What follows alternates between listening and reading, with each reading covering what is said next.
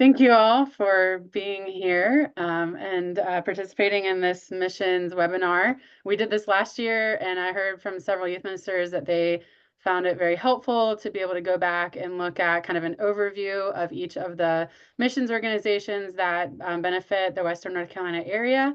And so as I've learned about some new opportunities, I've invited them to join us for this year as well. And also acknowledging that some of the details and structures have changed with some of the organizations that I love to hear about how they're constantly evolving as they receive feedback and just try new things out. We're in a season and ministry of experimentation, and I love it because all kinds of new innovative ideas are coming out as people just are willing to try new things and see what happens. So thank you all for your ministries and for being here. We're going to hear from Spark Dwell, based out of Winston-Salem. We're going to hear from Cross Connection, based out of Charlotte. We're going to hear from Hinton Rural Life Center, based out of Hayesville, North Carolina. And I've invited Be the Neighbor, the new partnership that I learned about at the Progressive Youth Ministry Conference this year, because they're going to be at Christ Mount, which I believe is in Black Mountain. Correct me if I'm wrong. Yes, yay. And then also, as our disaster recovery from Hurricane Helene has evolved, there will be some opportunities for youth ministries to partner with our disaster relief within our conference, the Western North Carolina Conference of the United Methodist Church. And so Kevin Ward is here to share a little bit about what that might look like. And so we are waiting for one of our partners to share, but I'm just going to skip over them, and when they join in, we will invite them to share when they get here. And so each organization is going to share for about 5 to 7 minutes or so, just an overview of their organization and highlight what's most important for people to know when considering their organization. And then we'll get into some question and answers after that. So we're going to start with Hinton Rural Life Center. Awesome. Thank you. Hi, I'm Dawn. I'm from the Hinton Center, as Shannon said, out in Hayesville. So we are kind of in the far western tip of the state, overlooking Georgia. So we're on Lake Chattooga, which is shared by North Carolina and Georgia, in the mountains here. Obviously, it's beautiful and we love it. Would love a little more snow though, but hey. So I'm a deacon in the United Methodist Church, so I'm ordained and appointed here. We welcome all different groups of people though, and focus a lot on safe and healthy housing. So Hinton's been doing this work for over 60 years. We should be out of homes to repair, right? Like that would be the goal.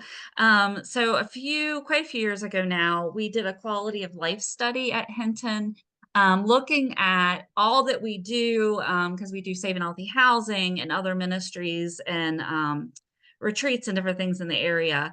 And we identified different gap areas and started to really look at the interconnectedness of poverty and social determinants of health and like all the things. So like many places that do this sort of work, we've delved into the health realm a lot more. We're part of the Coalition for Home Repair, which is now a national organization. I'm on the board, and we really are kind of in line with a lot of that. So that's kind of a very fast overview.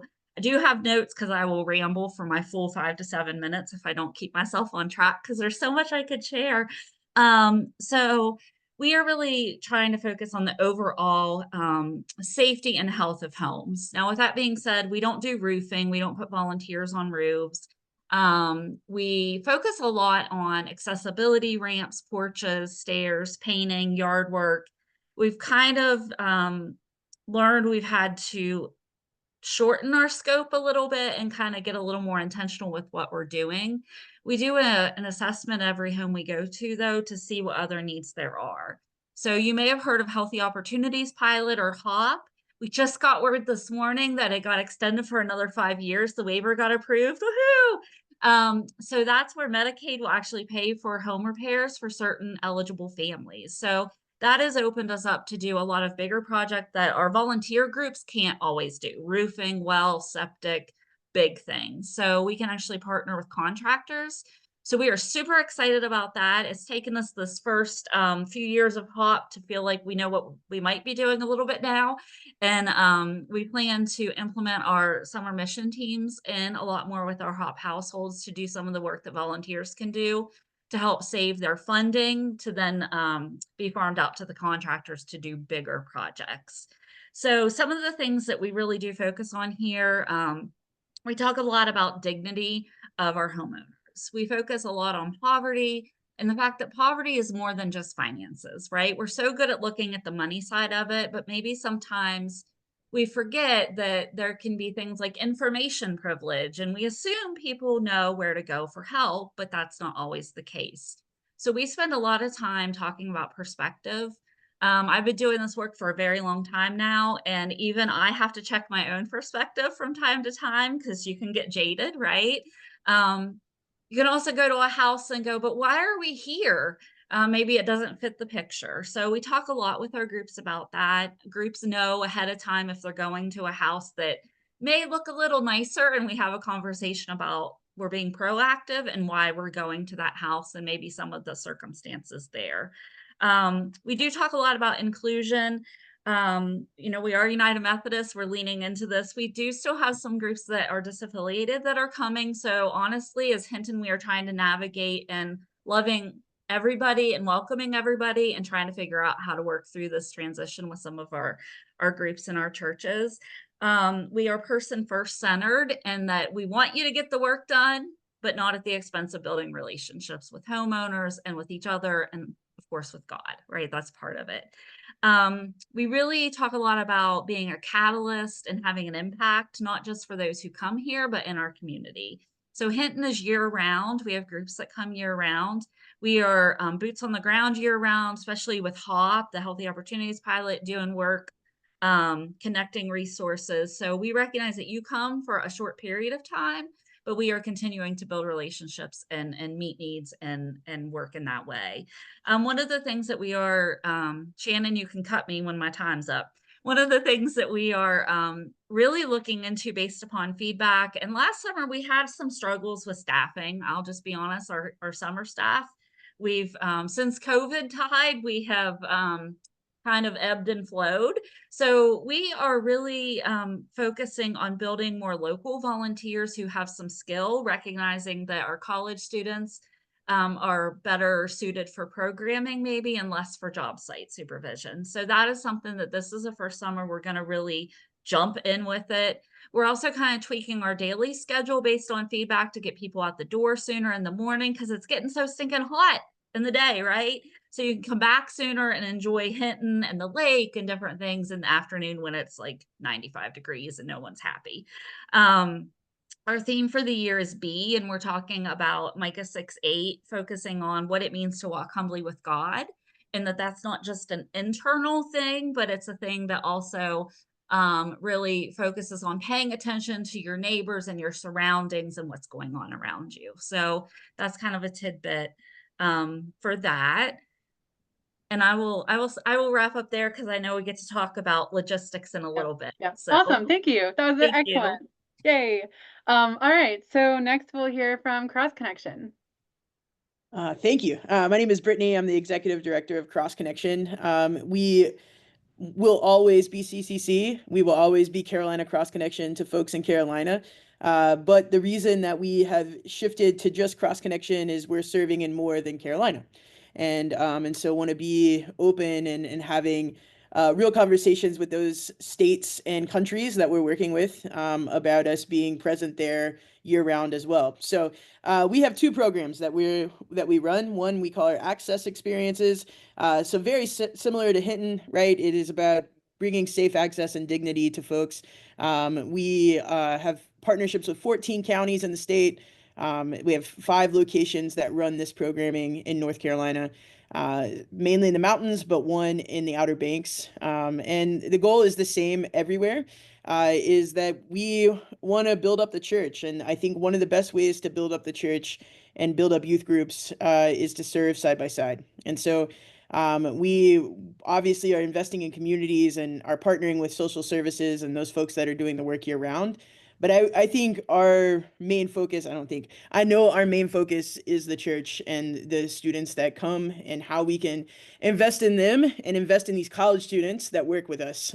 Because we know from a lot of data stuff that we've been doing this year, our staff go on to do really great work, whether in the volunteer realm or in the ministry realm or full-time work. And so if we can continue to invest in our staff and give them opportunities to learn and to grow and to be leaders, we are strengthening the church because we believe we can point them to be pastors and be good lay leaders. And so I have a partnership long-term with Wesley Theological Seminary that any of our staff alumni get at least 75% of their tuition covered if they want to go to Wesley and pursue ministry. So that's really important to us, right? Is to provide those people. But in our access experiences, yeah, we'll be serving probably 2 families. Each group will. You stay with your church. I know that old CCC folks remember getting mixed up. That's not a thing anymore, especially since COVID, but also because our world is changing. And so I think it makes sense for us all to just stay together. And youth groups are changing. We're not seeing the same kids all the time. And so the opportunity for the youth leader to be able to invest in their students and be with them every day, all day, is a unique opportunity. Whereas 10 years ago, that was just like normal life. And so, so we really value that as well. We take care of all programming. We hope that the youth leader, the only work that they have to do is prep to get them there, right? And then deal with whatever drama arises within their group, right? But as far as the logistics of camp and the logistics of meals and all of that, we hope to take care of all of that. We do not bat 1,000 on that, but we do our very, very best to do that. And so, right, we're serving in those communities, investing in those neighbors. We say the same thing, right? We want to sit on the couch a lot longer than we want to be building. And so the project is the foot in the door to the neighbor, right? And so just to know their needs and to invest deeply into their lives. Nighttime camp is camp, right? Games, worship, small groups, sharing, just time to be together and to grow together and to build community with the other churches that are in camp with you. Our awareness experiences are varied and in different states now. So we are in Asheville. We also stay at Christmount. So it's good to see Rob. And we're working with Haywood Street congregation very deeply to understand and be in ministry with folks that are experiencing housing insecurity. What does that look like? How do we learn from people? We are big believers that awareness is what brings change. We can't expect people to change if they don't know. And so the opportunity to learn from folks and not ever go in with a savior complex, right? But to go in and with open hands, open arms and say, what can we learn?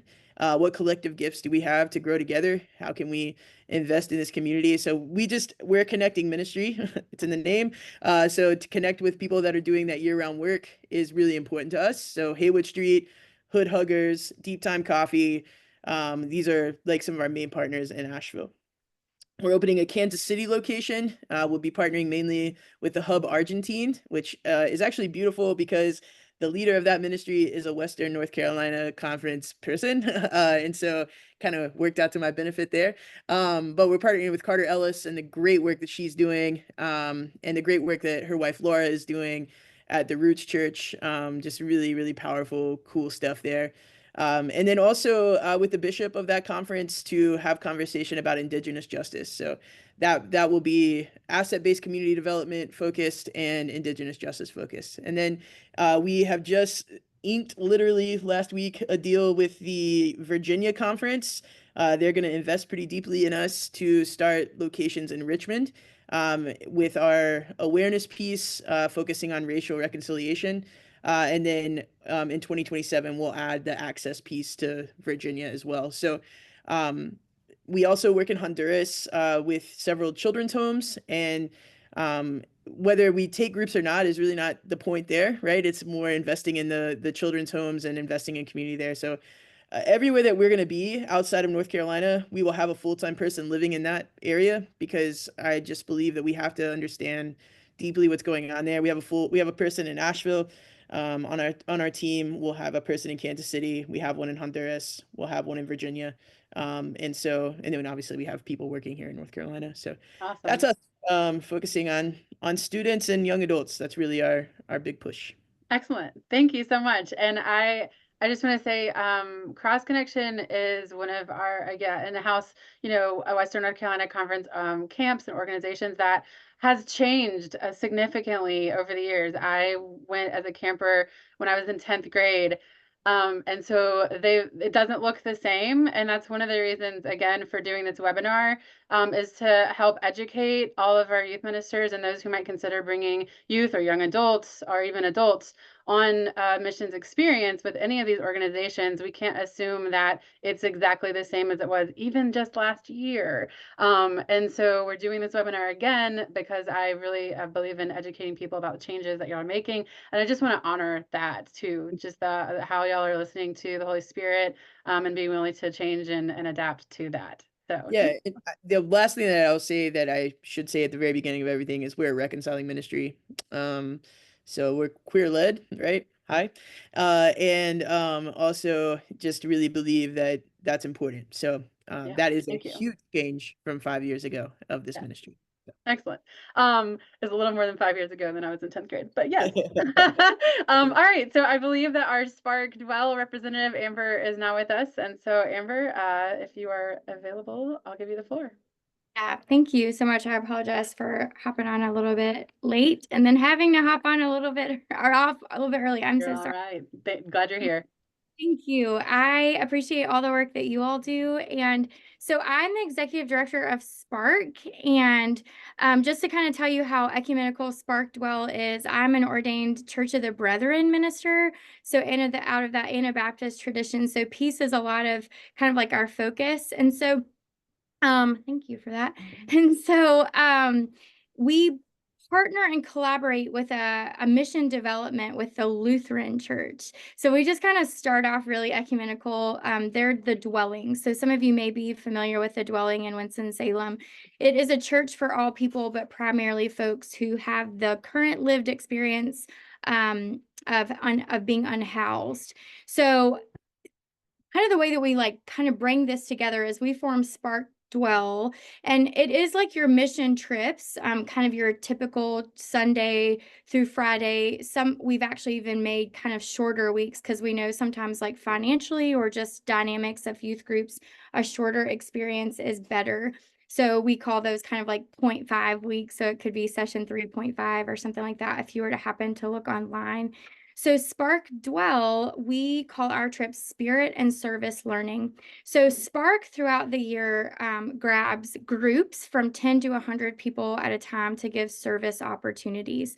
We like to say that we're in the nooks and crannies. So those large pillars that you hear about, unhousing, food insecurity, education, we're working kind of in the nooks and crannies to teach our community about what exists. So we just hear about the pillars, but we need to know like why, who, when, where, what are the systems in place. So Spark kind of works like that year round. So then when you come to our short-term experiences, Spark already has a relationship with the organizations, neighborhoods, communities that we're working with. So even though it might feel kind of episodic for a group in the summer, Spark is maintaining and sustaining that relationship throughout the year.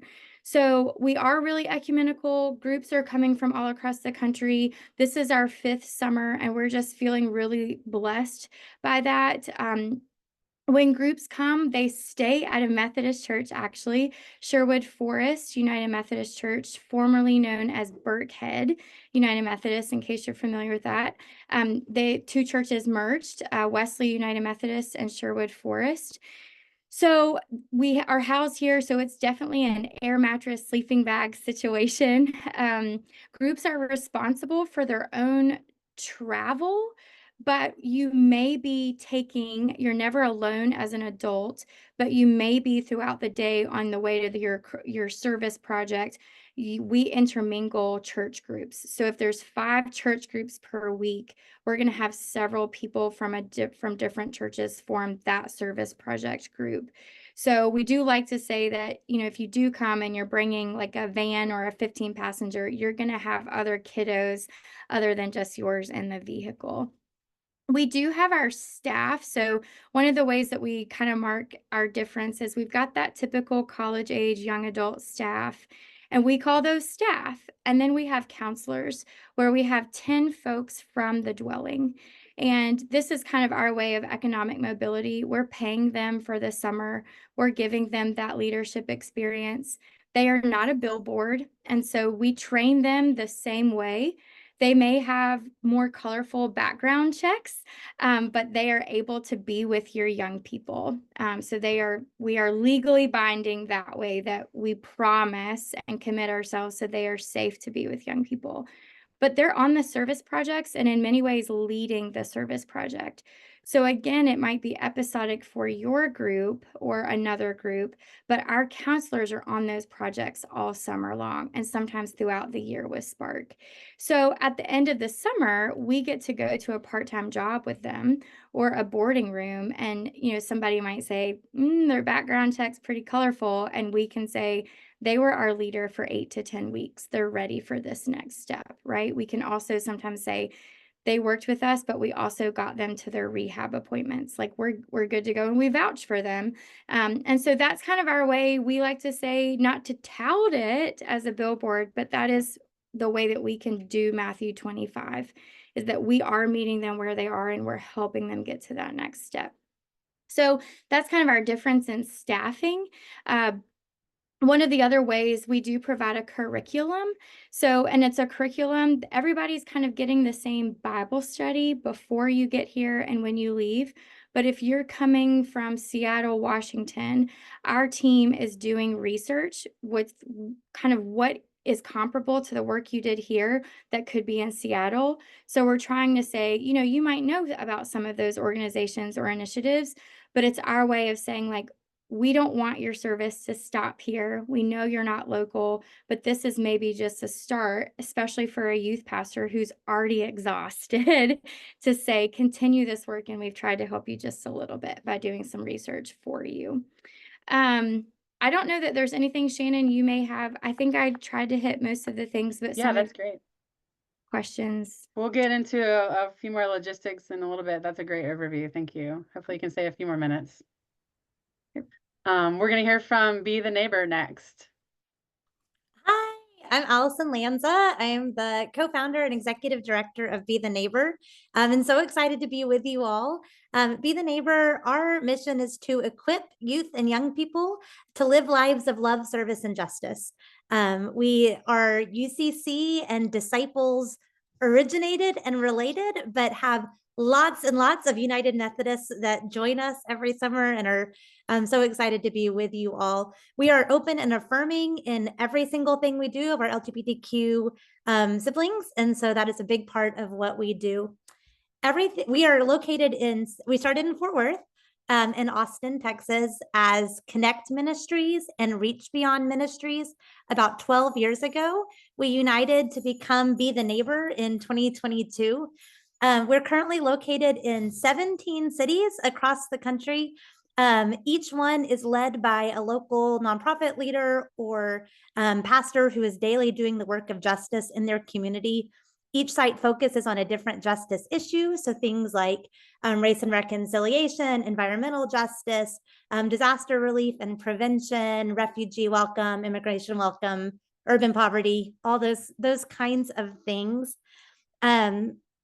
And our main focus is that when groups come to us, they do really important work while they're with us, with people who need it, with people we work with in those communities year round. So you're doing that important work, but that's not our point. Our point is what they do when they go home. So every single thing we do is focused on equipping them to do this work back in their own communities and in their own lives. Every day involves education around how do we do service and justice around whatever topic they're learning about. And they leave with a plan that they've begun to dream of and develop for themselves and as a group for what they're going to do back home. And then I tell them I'm very annoying. I don't let them off the hook. We check in with them at 3 months and 6 months and 9 months after their trip and see what they're doing and how their thinking has changed and how they're partnering in their own community with their own neighbors. Our theme for all of our sites in 2025 is Let Love Be Louder. So we're looking at how love can be louder than all of the hate and injustice and fear and all of those things in our world, how we can let love be louder. I'm going to turn it to Rob Morris. He is the director of Christ Mount and actually helped us begin Connect Ministries back in the day when we started a long time ago in Fort Worth. But we're just starting a new site in Black Mountain that will work with hurricane relief and disaster recovery. And he's our site director there. So can you share more about that? Hey, everybody. We have created a monster, so apologies. I'm the director out here at Christ Mount Conference Center in Black Mountain. We're the National Conference Center for the Disciples of Christ denomination. We're going to be hosting the kind of disaster arm piece of the Be the Neighbor trips at towards the tail end of the summer. We also just host these service learning trips year round. So if you've got youth, young adult groups, intergenerational groups that are looking for trips out in this part, neck of the woods, just keep us in mind. Love to see you guys. Happy to be a part of this conversation, be a part of the process with you guys. So if you have any questions, don't hesitate to reach out to me or to Allison. I got to jump off here pretty quick. We're hosting a barbecue and bluegrass out here at Christ Mount tonight. It's a volunteer appreciation thing that we're doing for the community. So I've got to go finish getting that set up and getting things ready. But very excited about working with you all. Love what you're doing and appreciate what you're doing. So thanks. Thank you. Thanks, Todd. Then one more piece, Shannon, I forgot to add. The other piece we will really try to teach our groups when they come at any of our sites, but particularly at Black Mountain and thinking about disaster relief, is how do we do this work relationally, sustainably, and dignity affirming? So they'll learn a lot about what that means and how they can do that back home. And you'll love staying at Christ Mount. It's fantastic. Awesome. There's a lot of threads that are very similar with all of these organizations that align with my values for missions, and so that's kind of why you're all here. It's what I love about all of you collectively.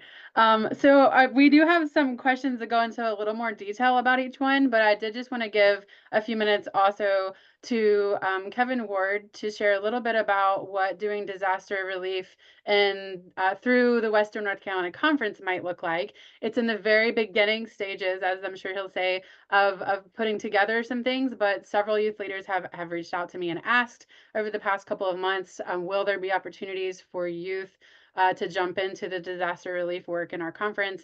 And the short answer is yes. And so we're going to get to hear a little bit from Kevin about what that might look like.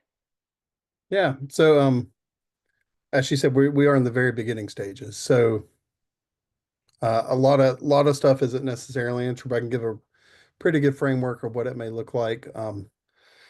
Quick history of myself is I started back in 2010, not because I disliked any of your organizations, but for our own reasons, kind of planning our own trips as a church.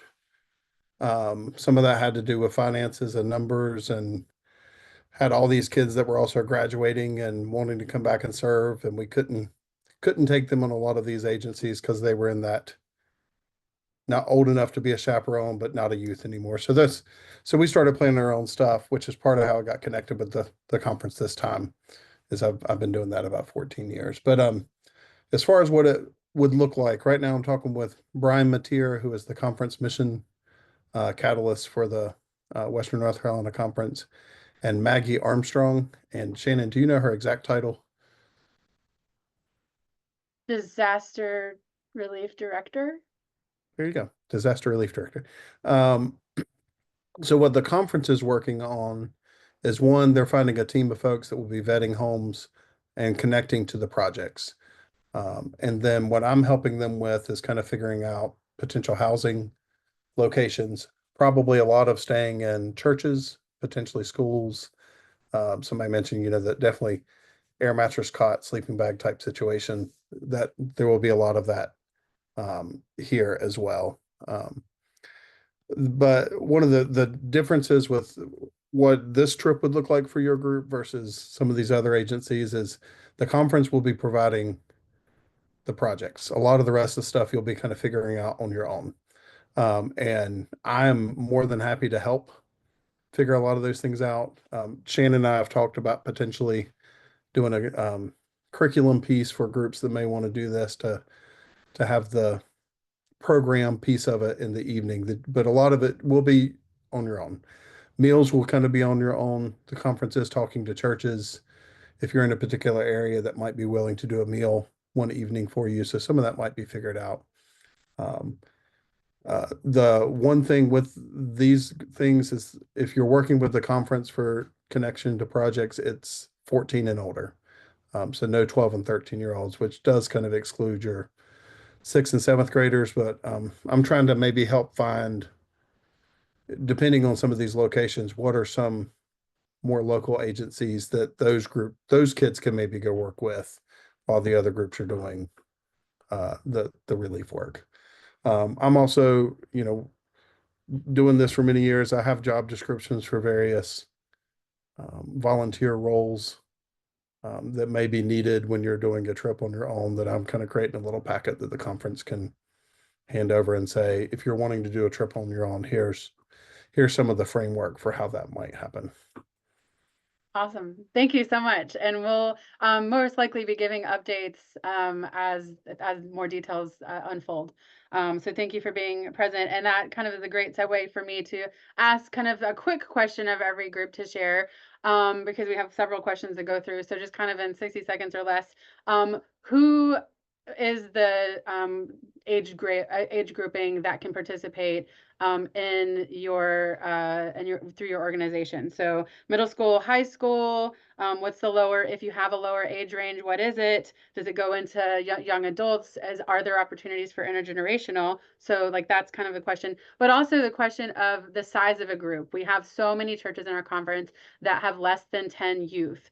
And so can a group of 3 youth participate in your organization and the offerings that you have? Or do you suggest that there'd be at least a certain number of people? So the question for you to answer each group in 60 seconds or less is age grouping and size of the group. So Brittany, why don't you go first? Sure.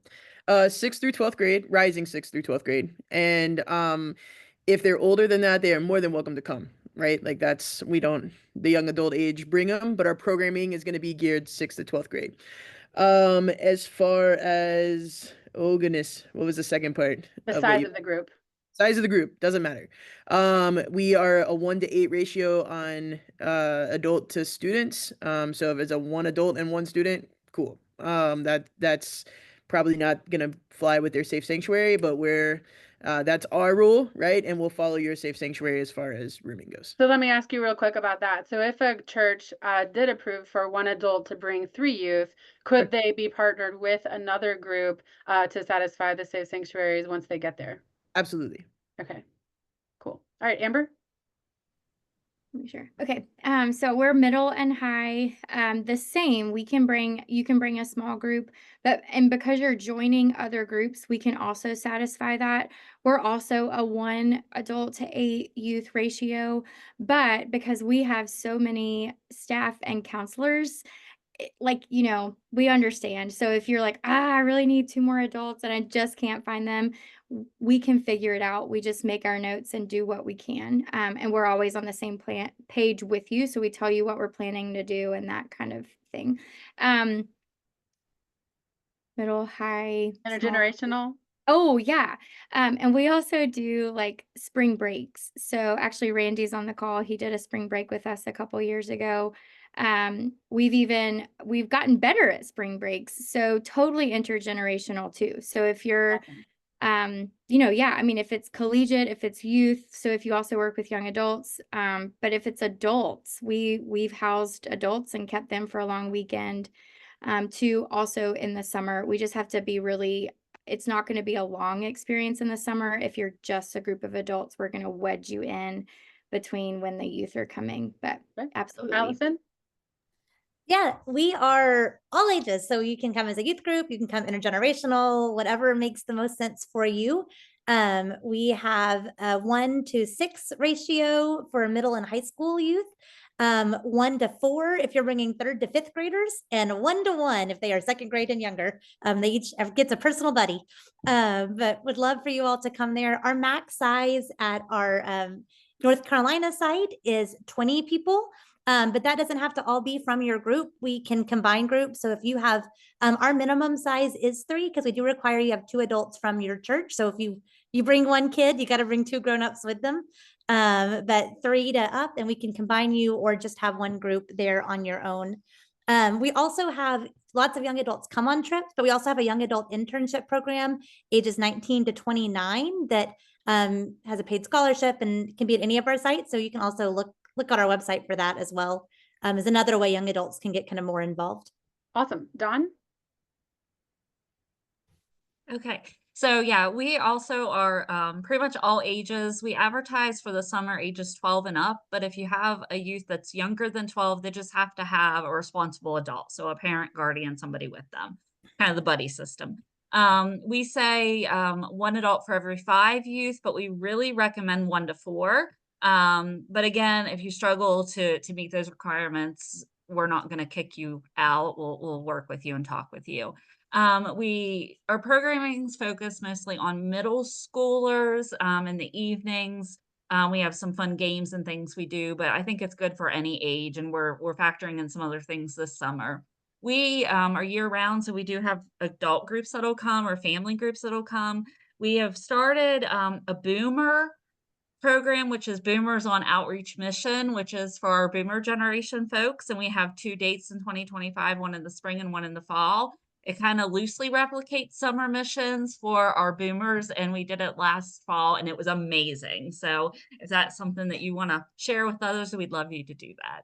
Awesome. So that's a great segue to talk about programming.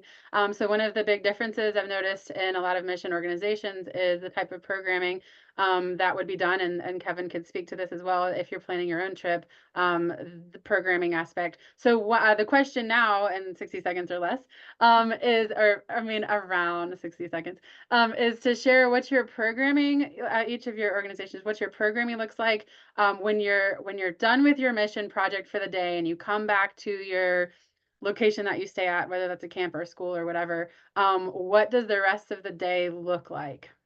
So Dawn, since you're on the screen, why don't you start first? Okay, so we do a devotional every year based around our theme. So a little Devo booklet, and we'll use it in the morning, at lunchtime, and then there's an optional evening one for you all to use to go with that theme of walking humbly with God is what it'll focus on. We, like I said, we're going to get people out the door sooner in the morning to honor the time that you can actually be out on a work site and not melt. So that's the plan. And then, so we're not going to advertise to the young people that you can come back early. That's just for the adult leaders to know. But the plan would be to come back, have some downtime, go play at the lake, right? We're on Lake Chateau. Go enjoy, cool off. Have some group time, go to the local ice cream place everybody loves to go to. So you've got a couple hours you could do that. Or if you choose to push on the work site, that's fine too. We meet together for dinner and then either worship or programming. We have our own rural poverty simulation that we've crafted and created. So we'll either do that or some kind of a poverty awareness activity. Or like I said, we have worship on Sunday and Wednesday night, so kind of capstone. Okay, Amber? So we have a pilgrimage through the margins, which is not a service project, but it's done on Monday. So Monday night, you're walking around a lot, sometimes miles, but it's also special abilities accessible. So if you've got students or adults who cannot walk, but so Monday's like a chill night. And then we have a couple of nights of worship. And then we have a community meal where we serve between 300 and 400 people, usually on Wednesday nights. So, and then at that point, where the week is like wrapped up. But I do think it's really important on Thursday night, every night, we have a feet washing service. We do not like spiritually manipulate anybody in the group, but it is something where folks can have their hands washed or their feet washed and just kind of have that last night together. Okay, Brittany?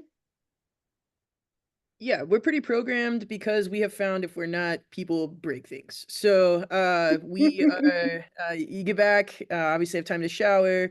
most of our locations have some kind of water to play in. And then, yeah, we'll have dinner sharing, which is just like, you could just stand up and share with everyone, but we've also, it'll be different every night in like how you share, who you share with, just a process. Our staff does worship around the theme this year is rooted. So last year was cultivate, this year is rooted. And then small group materials also written for you to lead your church in. And so we're hoping what you read in morning watch in the morning, what you see in worship, and what you study in small group will give a three-way into the, having this conversation. We also are going to make sure that there's a lot of community prep beforehand and during of like where you're serving, why you're serving, and how to take it home. Awesome. Allison? Yeah. So each of our sites, like I said, has a different justice issue. Our Black Mountain site is focused on environmental justice, about how a hurricane hits the mountains, and how we can stop that from happening again. So you'll have a little bit of education around that each day, as well as pre-education. We'll send your group that you can do beforehand. Every day of a Be the Neighbor trip starts with a morning gathering where you'll watch a couple of videos about the nonprofits you'll work with that day and about the justice issue you're learning about. We have 2 what we call faith and action times. Those are our working with those local nonprofits that are daily doing this work to see as many different types of ways you can work for disaster response and environmental justice as you can. We also have speakers that will be coming in that lead interactive activities around how do you advocate for environmental justice? How is environmental justice a part of our faith? How can your community be a part of disaster preparedness for if disaster hits where you live? So those different topics throughout the week. And then, oh, sorry about my dog. The mailman's here. And then the community piece of what you do when you go back home. We also each day have prayer partners that you draw in the morning, and then in the evening you pray for each other. I think. Oh, and we have a scripture each morning that we, in very disciples-like fashion, we just wonder about throughout the day and how it's connected to the work we're doing and what they're seeing. I mean, they can share that in the evening in the reflection piece as well. Love that. Okay, Kevin, the big question is, if you don't go with an organization, what does your programming look like when you're done with the mission project for the day? Like, who plans what? What do you do? Well, it's really one, it depends on the gifts and talents of folks you're bringing. But like I said, I'm trying to develop a curriculum that you can either use verbatim, you can use as a springboard. If you have a program you've been doing with your youth already, like, our theme this spring for our youth is Give Me Your Eyes. So we can easily continue that theme throughout our mission trip. So it's kind of customizable. Yeah. And I'm happy to kind of help give guidance. We have some music talent with our group, so having worship is not real hard. But usually, I design it to where there's a worship, but the majority of the discipleship time is spent in small groups. I just personally find youth develop better when they're able to sit around a group and talk rather than hear me talk. I'm not that gifted of a speaker, and do not feel I can. Yeah. So, I mean, we usually like introduce the topic real quick, move into small groups, and do a lot of it in our small group Yeah. teams. I anticipate that that'll be part of the curriculum that we can put together, because I too would plan my own mission trips for many years after going to CCC for several years and a couple of other organizations. It became a budget issue, honestly, for me. So for money reasons and like you said, for numbers reasons, I ended up planning my own trips. And so, but I did learn from organizations like CCC, where in the afternoons, our programming would look like supporting the local economy by either going to thrift shops that were affiliated with a nonprofit, or by going to get ice cream at a locally owned place. CCC really tried to instill that in the campers when we went to that as a youth, that I remember that, and it stuck with me. So anytime I've taken a group of youth to a new location, we try to eat local and buy local and support the local economy, and teach that to the youth as as a form of missions, as a form of being a neighbor, right? So really living out what our faith looks like and supporting local businesses. I would often choose a location based on the amenities of the area. So for example, going to the beach. Obviously we don't have that in the mountains, but we do have hiking in the mountains. Whitewater rafting is fairly accessible. And so finding what amenities are in the local community that you're serving, that's what our program looked like as a self-programmed youth trip. When we were done with our site, we'd always have some downtime also to schedule in some free time so that the youth that needed to could rest for a few minutes. The introverts could be antisocial for a few minutes, and that would recharge them for the rest of the day. The other thing that I learned from Carolina Cross Connection in this regard is family groups. And so in planning your own mission trip, instead of having to think of you as the leader doing everything, I would organize the group of youth into different family groups where there would be an adult or two in each group with a group of youth. They would take on the meals, the meal prep.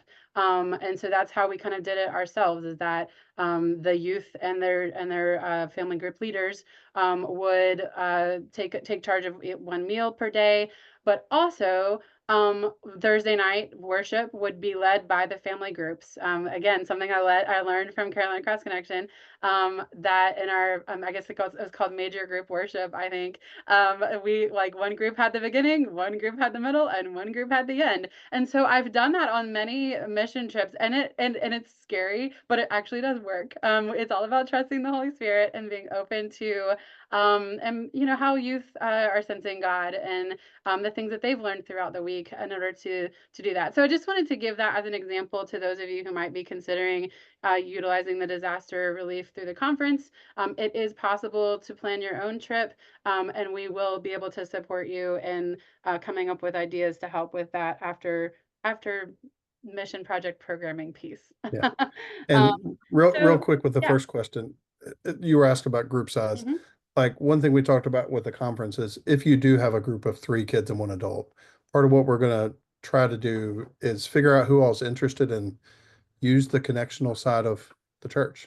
I mean, we are connectional. So, if Randy has a group he's taking and we know there's another group that has a smaller group, maybe they could partner and go on a trip together. So we're just trying to help connect people so you don't feel like you're on an island and trying to do a trip on your own. Yeah, absolutely.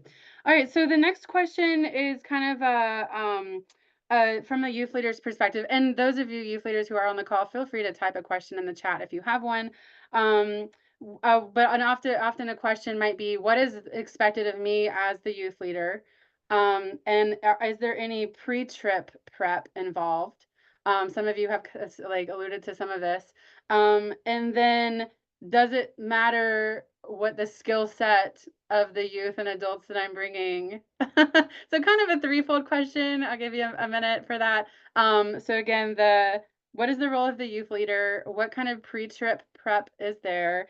And does the skill set of how is the skill set of the youth and adults taken into consideration when planning the projects? So we'll start with Brittany. The role of the youth leader is to be present with your students. Pre-trip is we lead what we call a community prep meeting. So we will lead that over Zoom with your group, whoever can attend, but hopefully the group leader and some, to like understand the community that you're serving, and understand all of the logistics, because that's usually the main questions we could ask, but we really want to spend time on the community. And what skill set? So you'll be partnered. We have a access director. Her name is Haley. We'll take this for example. When you're filling out your roster and making your groups, because we'll ask you to do that. And if you don't want to, because you don't want that liability with your students, we can do it for you. You will be able to say like, this group wants a big ramp. This group wants a small construction project. This group would rather do yard work. We do ask like, what is the skill of every person in your group? Are they comfortable with power tools or not? But yeah, you can pick your projects within reason, right? If the community needs something, we're going to do that over your skill set, but we are over your preference is what I should say. And yeah, we do a full tool training on Sunday. So everyone touches tools, learns how to use tools in a safe environment before you're on a site. Okay. Dawn? Yeah, so let's see, what do we expect of you as a youth leader? So recruit other adults who understand that they're not just a warm body who are coming here. So we do have staff, we have year-round staff, our summer staff. We are here for you, but we are not in charge of your youth. So that's a big thing. We also, the big thing is getting forms in to me on time and kind of helps the whole week go well. That's just the thing that we need to do. We do a skill inventory that kind of gauges as your group what your expectations are, what you want to stay away from. One example we always give is if you've got people with severe poison ivy allergies, please tell us so we don't, plan something that's going to be harmful. You will talk with our construction coordinator about a week before you come to firm up plans for the project to see where we are in the summer and what emergency things have cropped up. But you do have a lot of say in that. And then we do a preparation meeting ahead of time. So a Zoom meeting the Thursday before the Sunday arrival for anybody who wants to hop on the call and ask those final questions. We have a pretty comprehensive preparation booklet on our website that will be updated for summer, January, February. So that kind of has all the fine details and hopefully anything you might need to know. Excellent. Thank you. Allison? Yeah, so our role of the youth leader, I got distracted there. So our role of the youth leader is mostly just to be present with your youth, to be fully there. Since our main purpose is what they do when they go home, we want you as the youth leader able to listen to them, see what they're getting excited about, see what questions they're asking, so you can help them in implementing that when you get back home. We will have our site director, who's that local full-time person who's there doing this work year round, plus 2 interns with you the whole time to help with those pieces, but you are responsible for your youth. You're also responsible as a group for your transportation, as well as for most of the dinner meals. We provide breakfast, lunch, and a snack, and then a kitchen you can cook dinner in, or you can go out to those local restaurants, which is really important and good. Let's see, pre-trip prep, we will have on our website a bunch of information, like I said, youth group activities, things you can do that are optional, but that will help you learn more about your justice issue. We also do a mandatory meeting for all adults going on the trip that will be on Zoom. We'll have multiple dates for that to again go over those logistics about the point of the trip, those kinds of things. Skill set for the construction pieces for disaster relief, we will have an inventory to try to match you with the best spot. But again, because our goal is to learn all the different ways as you can address this justice issue, you're not working different than kind of some of these other programs. We're not working in one site all week. You'll work with at least 2 each day. So what we tell youth when they first arrive is that in the morning, you might be doing something thinking, this is it, this is my life, I was made for this, while the introvert next to you is like, I don't like this at all. And in the afternoon, you're going to switch and they're going to find their thing. Because that's our point, is we want every participant to find the thing that they're called to do, that they feel really passionate about making a difference in by the end of the week. Awesome. Kevin, do you want to speak to any of those 3 things? Yeah, I mean, anytime you plan your own trip, there's a little bit more on the shoulders of the A little bit. youth person. So unlike some of these other agencies, I mean, you are the staff. Your volunteers are the staff. But like I said, I always find what I've always enjoyed about planning my own trip. The last church I was at, I was there 12 years, and we got to the point where it really was a church mission trip, not necessarily a youth mission trip. So we were taking 20 adults and 30 kids on these trips. But I had the little old lady who's like, I don't do youth, but I'm like, yeah, but you can cook. And so she would come and cook and then learn that she actually does youth, but just in a different role. So, there's a little more on your shoulders, but like I said, you're not on an island. There's resources with the conference. And the other real quick with the conference, I do want to be clear, they're not just planning youth trips. I mean, there are disaster relief as adult trips and all kinds of stuff. I was just really pushing them on the youth side of it to think about how they might engage, because I do think the bulk of their interest next summer is going to be youth leaders. So they need to be prepared for it. Yeah, absolutely. I think in this advice, if you are considering going through the conference, definitely reach out to me and Kevin. And we're, again, hoping to create a resource that will be helpful, but know that you're not alone and find plenty of people to be on your team. And don't try to do everything yourself. Like all these organizations have tons of full-time people. I mean, tons, but like several full-time people. And then they hire staff to help them manage everything. And so you can't be expected as a youth leader to do everything yourself. You have to find other people who are willing to help you with meals and like Kevin said, or other things, each aspect of the trip. I would often have an adult be in charge of projects, an adult be in charge of worship. And so different aspects of the trip divided up among your people. Okay, so kind of just want to touch base with each organization to see what have you not shared that you'd really want everyone to know about your organization, in again about a minute or so. Who wants? That'll should be free for all. Jump in. I can go just because this isn't clear on our website and we get a lot of questions on it. So it's sometimes helpful. Our pricing for any Be the Neighbor trip is a choose your own adventure price. We never want anyone to be priced out of getting to do this service and justice work, to have their youth equipped in this way and their participants. And so you'll see if you look on there, we have an equitable price, a sustainable price, and a neighbor price. You just pick what's best for your group. And it'll have you different options kind of to help you pick. But then in addition to that, if you say as a group, you say, we're going to do the sustainable price, but we have these 3 kids who they can't afford that, we'll offer whatever financial scholarships they need to make that happen. We really are pick what makes sense for you and your group. And then that money goes into making your trip happen, but also into all of the local partners we work with year round. I'll just say, planning your own trip, cost wise, there's a lot of freedom and flexibility in that. That's part of why when first time I was here at Williams's Chapel many years ago, we started our own, as we had a summer where we took 120 plus people on youth mission trips and wrote out $65,000 worth of checks. Which looking at it, it's like, we can do a lot with 65,000. So that's part of, it was a stewardship thing of, is there a better way we can do this? Do we have the resources? Then I went to St. Andrews, that they just couldn't afford to do a lot of the trips where you have this registration plus having to rent the vehicle. So it was a financial need. We needed to figure out how to do it on our own. So usually you plan on your own, you can make a trip a lot cheaper. Last year,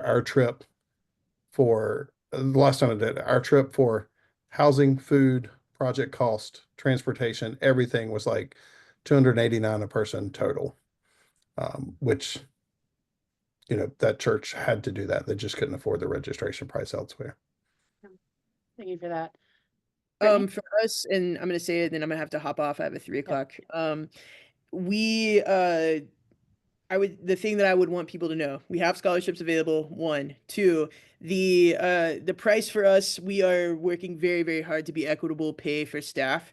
And so we raised prices this year so that we could raise summer staff salaries. I want anyone who wants to be able to work for us to be able to. And right now that's not the case. We can only hire folks whose parents pay for their college. So we are in the process. This is the last price raise we're doing on churches. The rest we're raising, but in the process that in the next 2 years, they would make equal or more than they would make at Harris Teeter for the same amount of hours. And so that is the move right now. So that is what we're doing. That is why the cost is what it is, right? Camps are expensive. We know this for sure because we don't own any facilities yet. But we rent everything, but we are working very hard to make sure that our staff are paid well. So thank you for your time. Always open to questions. Thank you. Do you have a second just to share? Because the last question I was going to ask was about summer staff. What are you looking for in summer staff? Yeah, 18 to 24-year-olds that can give us the whole summer. We do 2.5 weeks of training, and then they're on a week and a half, off 3 days, rotating back and forth till the end of the summer. All my directors are hired. I'm just working on what we call camp coordinators. And so, yeah, anybody who's interested that is open and affirming as well, because that is who we are. We are just looking for students. So send them our way. Thank you so much. Yeah, Have a thanks, good 3 friends. o'clock. Have a good one. Yep. Dawn, what have you not shared that you'd like to share? Yeah, so I'll just hop on with the payment. So ours did increase as well. It's now $425 a person, which we do know is camp is expensive. We've heard it, but it does fund all of our ministries year round and helps us with the Healthy Opportunities pilot. And we are also trying to be able to fund our summer staff and kitchen staff and housekeepers and our hourly staff and make sure that they have better living wages, not just hourly wage. So all of that kind of goes into the big Hinton bucket. Plus it covers project materials and everything while you're here. And you get a free t-shirt this year. So there's that. Let me just segue the summer staff question. Sure. So our summer staff, we are hiring, looking more for people who want to be helpers with programming and relationship building. As I said before, we're going to partner with local people to help with the project oversight. We also do a lot of training. We're going to be very intentional with training this year. We're building leaders. So sometimes we're building leaders with our summer staff and trying to equip them and encourage them and work with them. So we are still hiring. So if you know anybody, they have to be out of high school for at least a year. And the website has the application and all the information. Excellent. Thank you. Allison? Yes, our internship program is for ages 19 through 29. We do a training the first week of the summer in Fort Worth, and then they will work between 4 to 7 weeks in the summer. They get to pick, and it between 1 to 3 sites. So they might, let's say you have someone who's local to Western North Carolina, wants to do 2 weeks in Black Mountain, but then is also really passionate about immigration and wants to do 2 weeks in Tucson. We work with what their interests are to help them learn more about those justice areas and build those connections. They receive a scholarship or a payment. They can choose if they want a scholarship with education or direct payment for how they are funded, as well as all their expenses during the summer, travel, food, all those kinds of things. This year, one new thing we're doing for our interns is they will each get a mentor of someone who's not on our Be the Neighbor staff, but a retired person who has lived a life of love, service, and justice, who will just check in with them each week to see what they're wondering about, where they're starting to hear those callings, and pray with them, and to be that one-on-one support person of someone starting their journey in love, service, and justice, and someone on the other side of, not the other side, but who has lived a life of that to share their experience and be together. That's awesome. You can see why I invited Allison to be on here after, I mean, it's, you go to a conference, you see these vendor booths and you walk right past most of them. And I just happened to stop and chat with Allison. And I'm like, okay, yeah, you really need to be on this webinar. I'm so glad you stopped. So Randy, Michelle, can you think of any other questions that would be helpful for youth leaders to know from these organizations before we close? I tried to get the frequently asked questions. This has been very helpful as we try to figure out what our mission opportunities might look like next summer as we've gone through some changes. So I really appreciate everyone's time.